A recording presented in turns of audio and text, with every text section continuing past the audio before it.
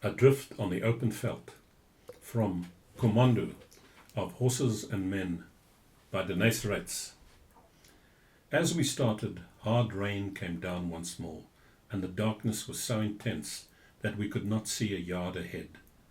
We had not gone 300 paces before we heard horsemen splashing through the mud in front, and we ran into the tail of an English patrol or column, we could not tell which, evidently making for the same farm. Neither side was prepared to risk a fight in the rain and in the dark. The troopers galloped away, and we sheered off too, but with this difference, that they were able to continue on to the shelter of the farm, while we were adrift on the open veld. The night that followed was the most terrible of all. Our guide lost his way, we went floundering ankle deep in mud and water, our poor weakened horses stumbling and slipping at every turn. The rain beat down on us, and the cold was awful.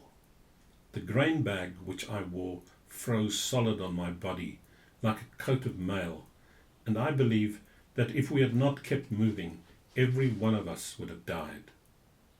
We had known 2 years of war, but we came nearer to despair that night than I care to remember. Hour after hour we groped our way, with men groaning who had never before uttered a word of complaint, as the cold searched their ill-protected bodies. We lost 14 men that night, and I do not know whether they survived, but we never had word of them again. We also lost many horses, and I remember stumbling at intervals over their carcasses. We went on until daybreak, dragging ourselves along, and then, providentially, came upon a deserted homestead and staggered into shelter, standing huddled together in rooms, stables and barns until dawn, still shivering but gradually recovering from the dreadful ordeal. When it grew light, some 50 or 60 horses lay dead outside. My little roan mare was still alive, but both my uncle's horses died here, and he, with 30 or 40 more, was now a foot soldier. As practically every man had crossed the Orange River with 2 horses, the number of dismounted men did not necessarily correspond to the number of horses that were lost.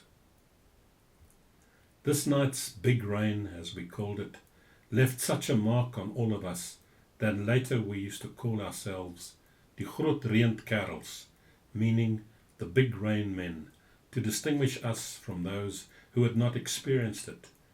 And for my part, I passed through no greater test during the war. The day was cold and wild, but the rain had stopped. We broke up floors and windows and tables and chairs and anything else that we could burn, and made great fires to dry our clothes and blankets and to warm our chilled limbs. Towards noon, General Smuts ordered us onto another farm, 8 or 9 miles away, which had, he had been told, plenty of fodder for the horses.